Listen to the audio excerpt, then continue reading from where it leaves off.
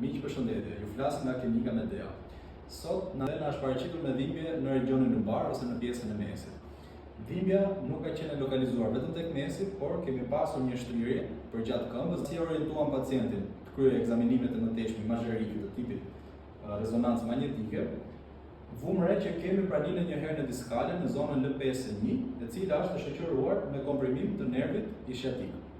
Do përdorim në këtë rast rrymën galvanike.